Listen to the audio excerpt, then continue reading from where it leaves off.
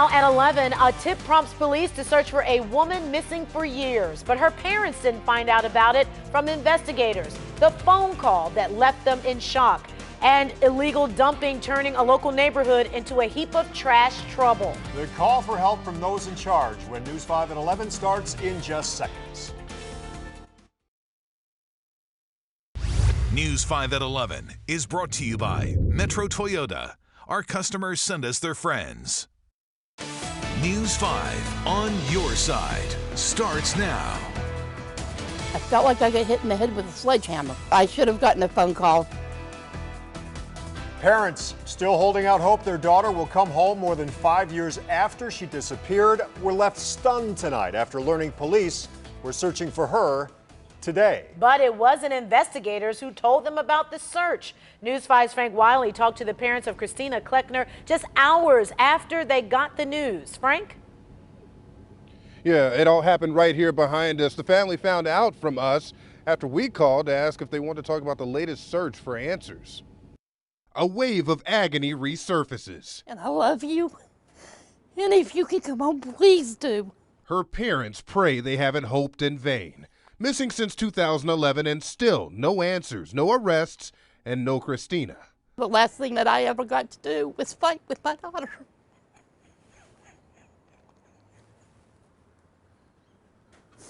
The last thing I got to do was fight with my baby. A heated debate between Christina and Sandy Kleckner as her 24-year-old daughter wanted to go trick-or-treating. She fluctuates from childlike to adult-like. By the next morning, Christina was gone.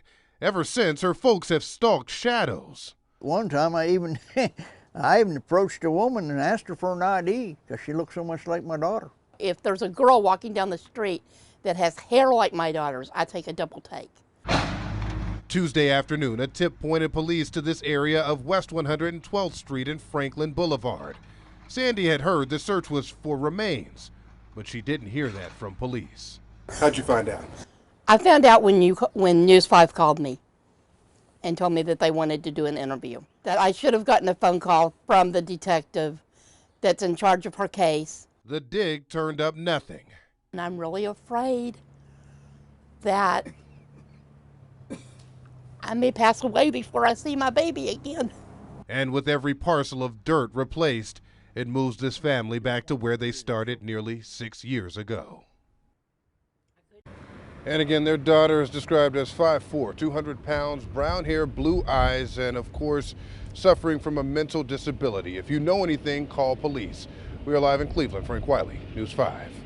Frank, thank you. News 5 still on alert tonight as police continue to search for the man they say kidnapped his girlfriend's 2 young children from Willoughby Hills and triggered an Amber Alert. Police believe 24-year-old Clarence Davis is still armed, now on the run solo after dropping Tamika Traylor's kids off with family. At one point, Davis called his mom. She's pleading with her son right now to turn himself in. Clarence, I love you, and I'm praying for you, and every time you call, I talk to him on the phone, encourage him to give himself up. Aretha says her son and his girlfriend have been on and off for years now, but says the children call him dad. She says Davis does carry a weapon because of his job, but says she does not think he plans to hurt anyone. New tonight, the battle over gay rights may be headed to the Supreme Court after a federal appeals court ruled that the 1964 Civil Rights Act does protect LGBT people from discrimination at work. An Indiana teacher sued, claiming that a community college did not hire her full-time because she is a lesbian. One dissenting judge says only Congress can extend those types of protections.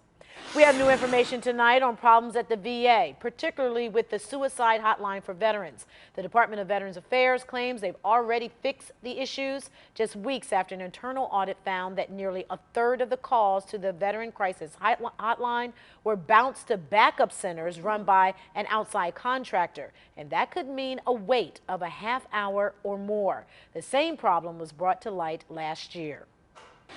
The Midwest is ripe for investment, it's ripe for development, it's ripe for growth, and Ohio is at the center of it. The only thing that can hold us back is if we sit on our hands or stop and rest. Ohio Governor John Kasich talking a lot about change and jobs during tonight's State of the State. He gave that address in Sandusky tonight, and even when he wasn't specifically talking about jobs, he was still talking about jobs.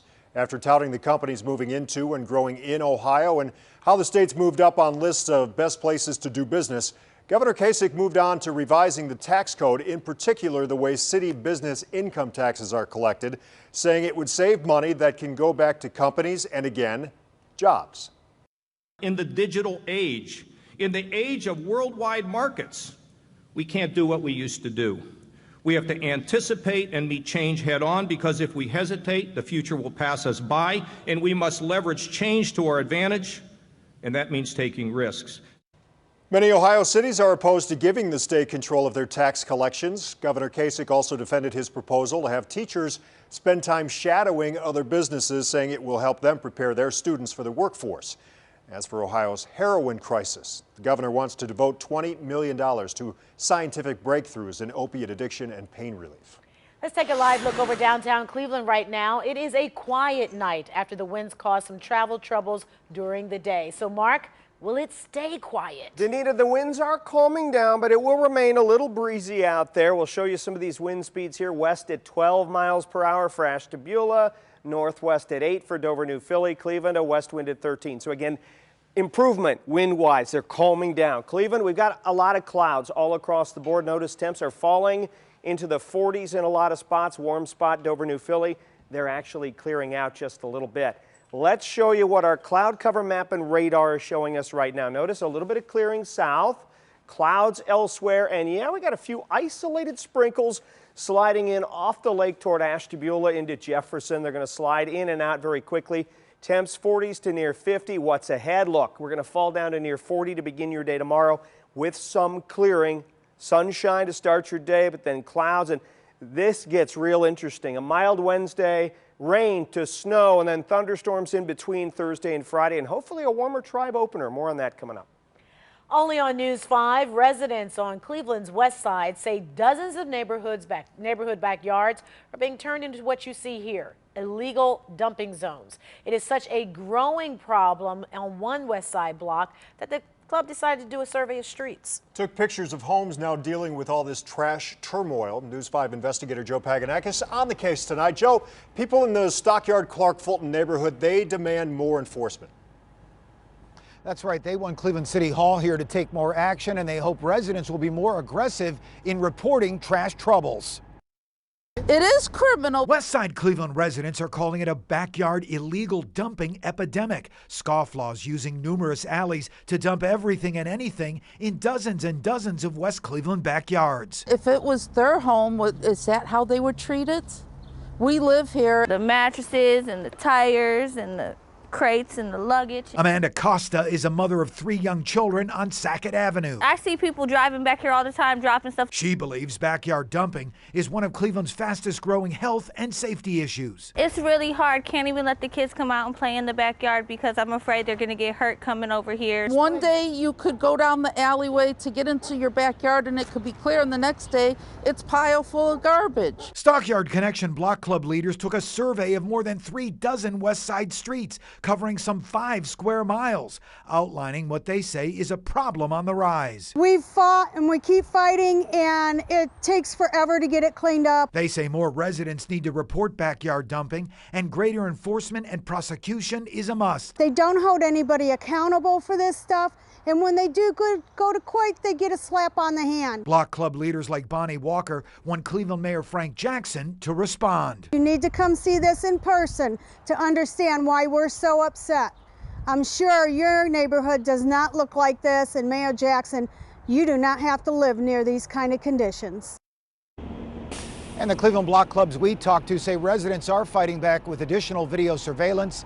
Backyard illegal dumping should be reported to Cleveland's Environmental Task Force as soon as possible. Reporting live here at Cleveland City Hall, I'm News 5 investigator Joe Paganakis. And now a News 5 follow-up on an illegal dumping investigation we told you about last summer. The personal records of dozens of people left scattered along the roadside on Train Avenue in Cleveland back in August. Tax returns, bank loans, driver's licenses, and Social Security numbers. Cleveland attorney Michael Meehan pleaded guilty in the case and was sentenced to 60 days community service where, you guessed it, he's been ordered to pick up trash. A prison worker at the Lorain Correctional Institution is facing multiple charges tonight after investigators found 2 pounds of crystal meth in her Akron home. It's worth about $10,000 on the street. Doris Clay resigned from her job just a few hours ago. It's kind of disheartening to know that somebody in the law enforcement field would be doing something like this. This is 2 pounds of crystal meth that's in our community, and it could be, who knows how far out that this could get. Officials say there's no evidence Clay brought those drugs into the prison. Police say her 3-year-old son was in the house where the drugs were discovered. He's now in the care of Summit County Children's Services.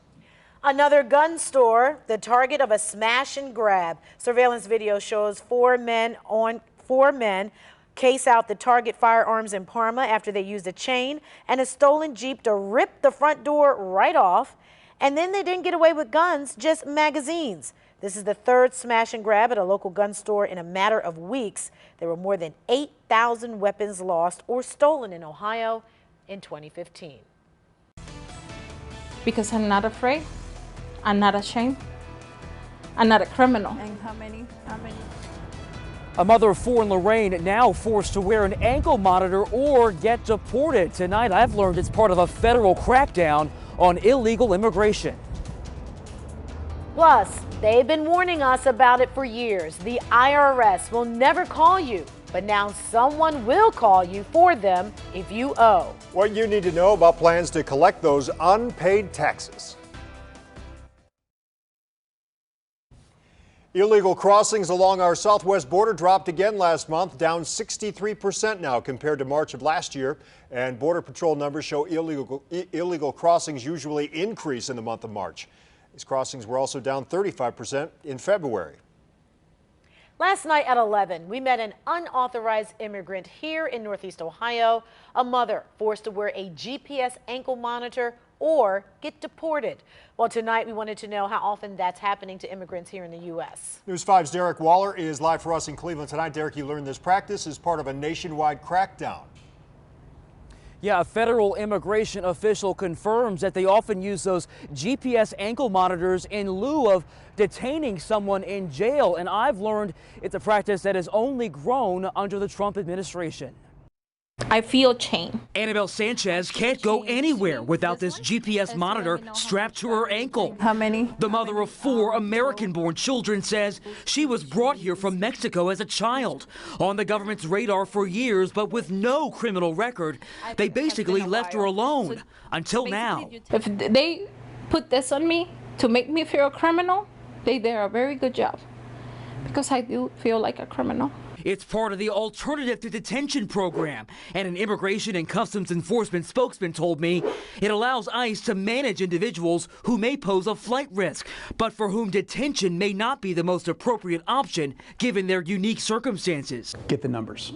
Get these folks and get them out. Cleveland immigration lawyer David Herman, who has no connection to Sanchez, says the use of ankle monitors started under the Obama administration, but is now escalating under Trump. Trump's new executive orders pretty much obliterate what Obama had done, which is to set in place some priorities for who we should go after. What about people who say the law is the law and these people are breaking the law? That's certainly true, but the penalty should be commensurate with the infraction. Again, it's a civil infraction. Sanchez, who says she applied for a green card years ago but got no response, is now fighting to keep her family together in the U.S., not Mexico. I love my country, too, but I don't see a future for them. They don't even speak Spanish.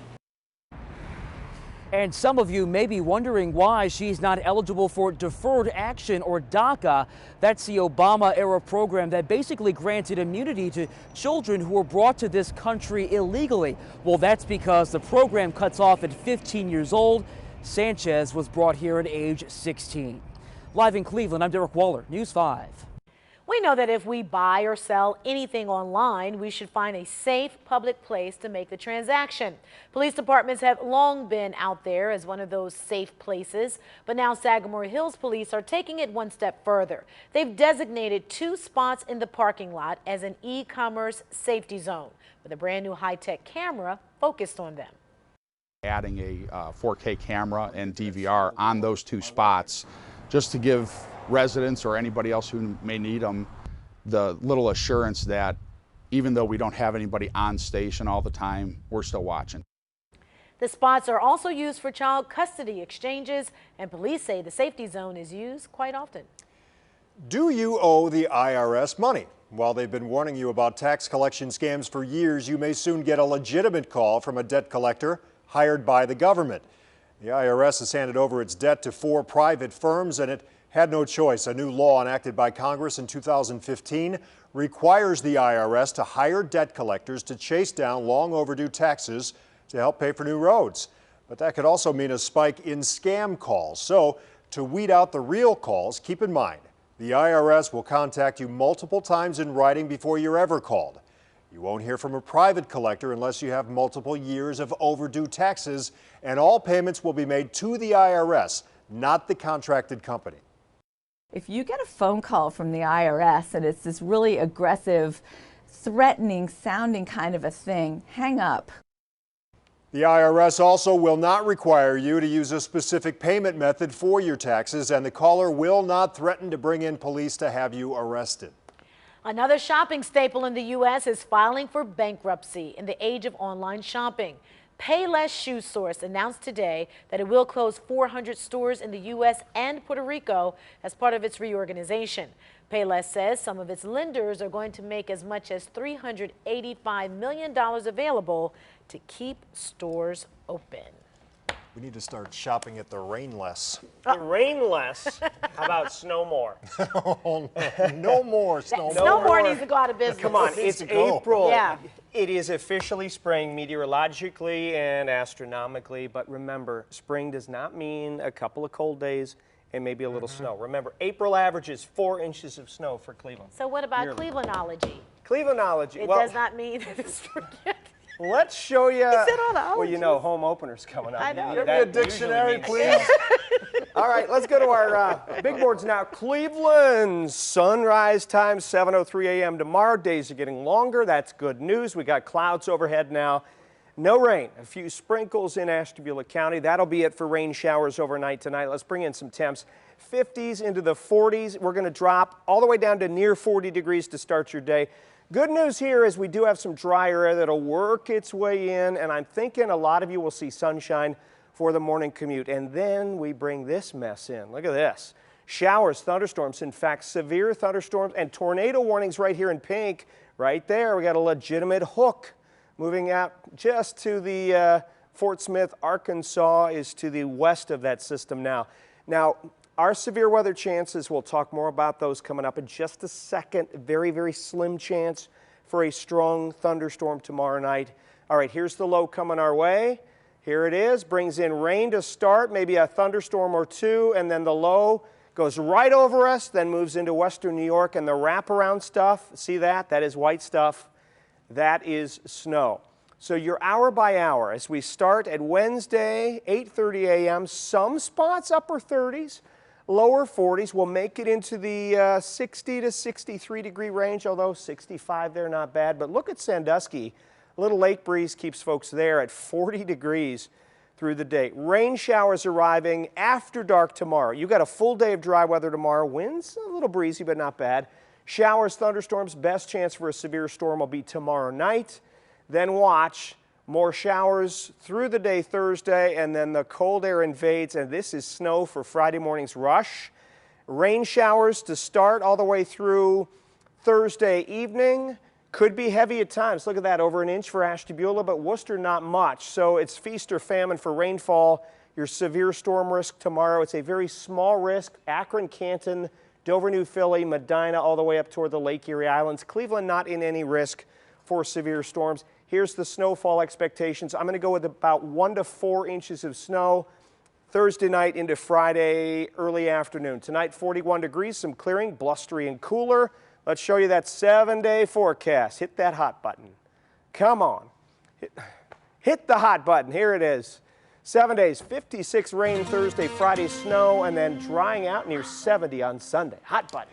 Hit the hot button. We need the hot button on Friday. That's what we need, the hot button. You know, we've all seen those senior citizens who seem decades younger than they really are. That's right. Now we may know the key to staying spry as we age. Researchers looked at what they call super agers. Those are people over 80 whose minds are still as sharp as they were 20 years ago. And they found that their brains tend to show smaller decreases in volume than the average elderly person, which could explain their maintained mental abilities. There wasn't a link to education level, but 3 out of 4 super agers are women. Women. Okay. Yeah. Indians, Cavs, they played tonight. Well, not each other. Andy explains next. Now, News 5 Sports, sponsored by Buick GMC of Beechwood. Out there in the backcourt. JR flared out and hits a three. Beautifully done. So a cutting LeBron James, who found JR. Unselfish, and the reward is 3. That's wide of the mark. JR feeling it. Oh, that's a heat check. Shooting team in the league. JR. Doesn't matter if you're close to him or not. Hits it again. What a great night for J.R. Smith. He changed the tone of tonight's game when the door opened at halftime in the Cavaliers locker room. They came out and they were ruthless. Orlando found out why they have now lost 17 straight to the Cavs. Boston is straight ahead tomorrow night. Now, after J.R.'s barrage of threes to start the third, the boys are ready to shift into the next gear. How about that little defense? LeBron James gets the bucket, turns around, and gets the next one. Not too bad. Cavs up 10. LeBron had 18. Kevin Love had 28. Then Iman Shumpert the steal. Hammer time for LeBron. Cavs win 122-102. They scored 43 points in the third quarter. When we get out and run and play with pace, nobody can beat us, and we know that. And just, we're just so stubborn at times. But, when we're getting stops and everyone's touching the ball, we're moving the basketball, playing fast, playing in transition, we're a tough team to deal with. So in that third quarter, got it to them a little bit in the third quarter timeout. We made all those threes. We're still only up 3 points. We should put this team away. So, they took it personal. Yes, they did. So now, tomorrow night, 2 teams with the same record, 50-29. They'll square off in Boston for the top seed in the Eastern Conference. It's a dead heat for the top spot. Cavs won both games in Cleveland this season, and they lost the last time they were in Boston. So it's against the world. We know that crowd's going to be on top of us. They're a tough team, well coached. We know that the head of the snake is Isaiah Thomas, and we're going to come out there and have to have a great mindset. All right, well, the Indians still feeling good over win number 1 last night in Texas, and the offense answering the call early tonight. Tribe jumped out to the big lead. Carlos Santana. Thank you very much. That's his first home run of the season. Indians are out 1-0. How about the newcomer, Austin Jackson? 2 hits tonight, and he punches in the run right here. It was 2-0 Indians, and Jackson fitting in quite well. Thank you very much. Indians led 3-2, the top of the 7th. Santana drove in the 3rd run. Michael Brantley, this is big time, coming around, punching it in. That gave the Indians their 4th run. They would need it. Mike Napoli would drive in a run for Texas in the 9th. The Indians just won 4-3. Playoff preview in Pittsburgh tonight in the NHL. The Penguins and Blue Jackets. Carter Rowney puts it in. Pens never look back. Blue Jackets fall 4-1, and the Monsters lose in overtime to Iowa 2-1. Back after this.